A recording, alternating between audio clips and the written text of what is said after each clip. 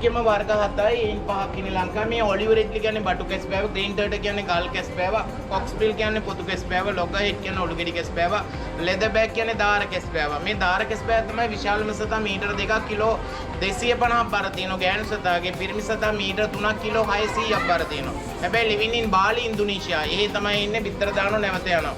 මොකද එයාගේ leather scream එකක් තියෙන. එයාට සීතල වතුර ඕන.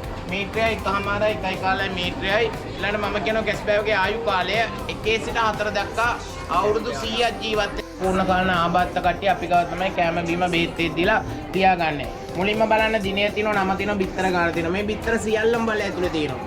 බිත්තර කොහෙන්ද එන්නේ එළියෙන්. එළියේ ඉන්න ගයිඩ්ලා ලයිසන් නැති ගැටලුවක් නැහැ. රෑ බිත්තර දැම්මම උදේ එනකොට මේ ස්ථානට හම්බෙනවා. මෙහෙම මොකද්ද කරන්නේ වැඩි මුදලක් දෙනවා. දීලා මේ වල දාලා තියෙන්නේ. වල දාන්නේ කොහොමද අඩියයි ගැඹුරු උදැල්ලේ ආකාරයට.